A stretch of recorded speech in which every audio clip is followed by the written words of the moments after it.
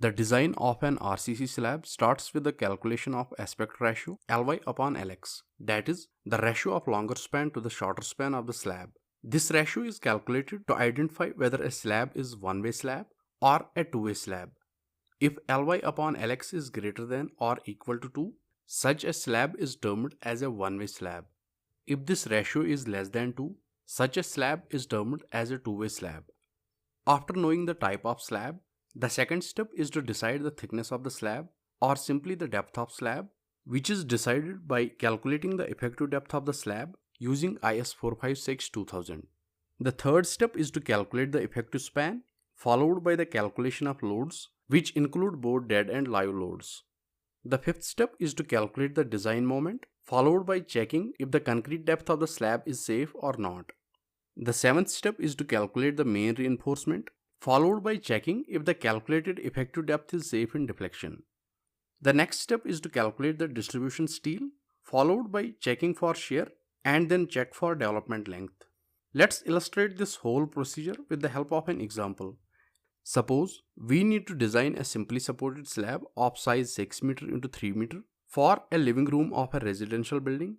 The thickness of walls is 230 mm and use M20 and Fe415 steel.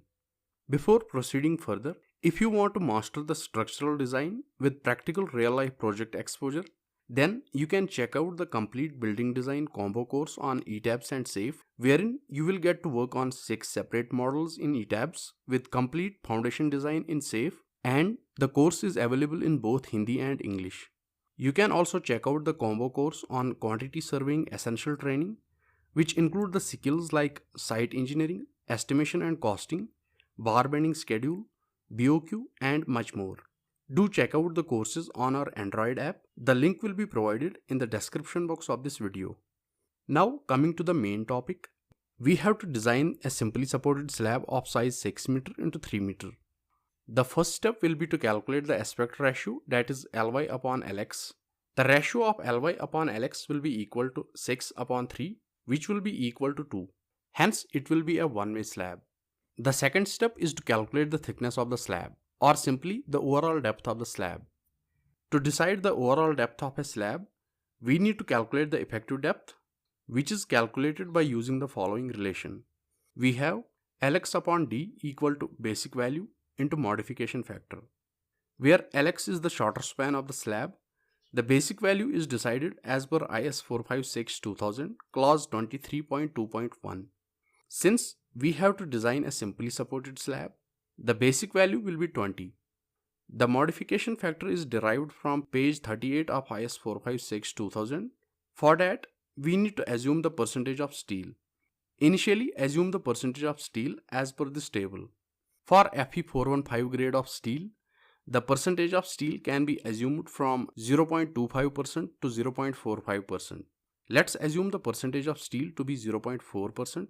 The value of Fs corresponding to Fe415 is 240 and the modification factor for 0.4% steel corresponding to Fs equal to 240 will be 1.3 approximately.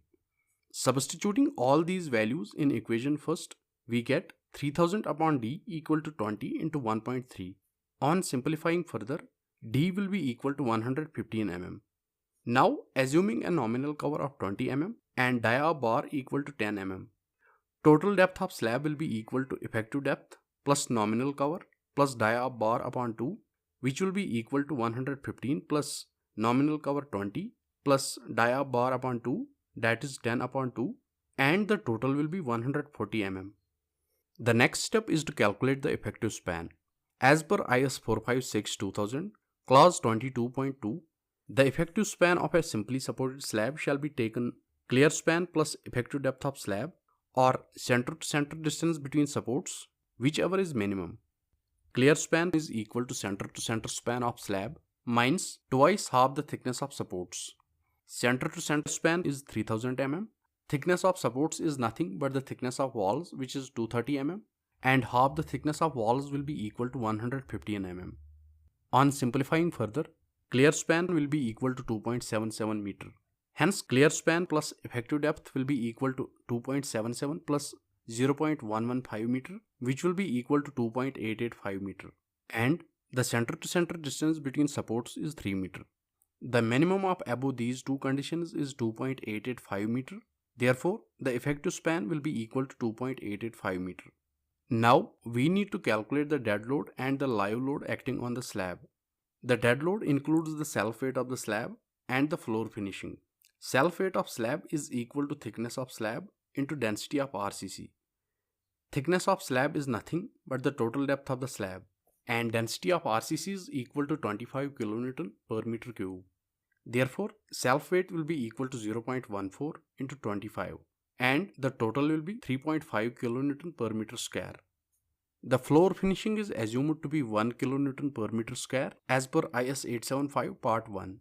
Hence, the total dead load will be equal to self weight of slab plus floor finishing, which will be equal to 4.5 kN per meter square. Live load is assumed to be 3 kN per meter square. Total load will be equal to dead load plus live load, which will be equal to 7.5 kN per meter square. Total factored load will be equal to 1.5 times total load, which will be equal to 11.25 kN per meter square. Now, we need to calculate the design factored moment. For a simply supported slab, Mu is equal to Wu into L effective square upon 8.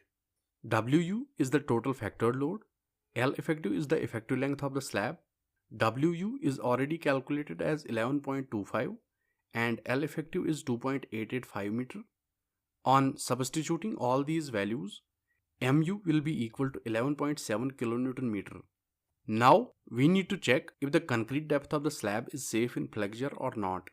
We have the formula Mu equal to 0.36 FCK into XU max into B into D minus 0.42 XU max, where FCK is 20 Newton per mm square, B is 1000 mm, XU max is equal to 0.48 D for Fy equal to 415 as per IS456 2000 page 70. On substituting all these values in the above equation, we get the required value of D equal to 65 mm, which is less than 115 mm, that is the calculated effective depth of the slab, hence safe in flexure. So this was all about this lecture. The rest of the steps will be covered in my next lecture. Also check out the course on complete building design. The link will be provided in the description box of this video.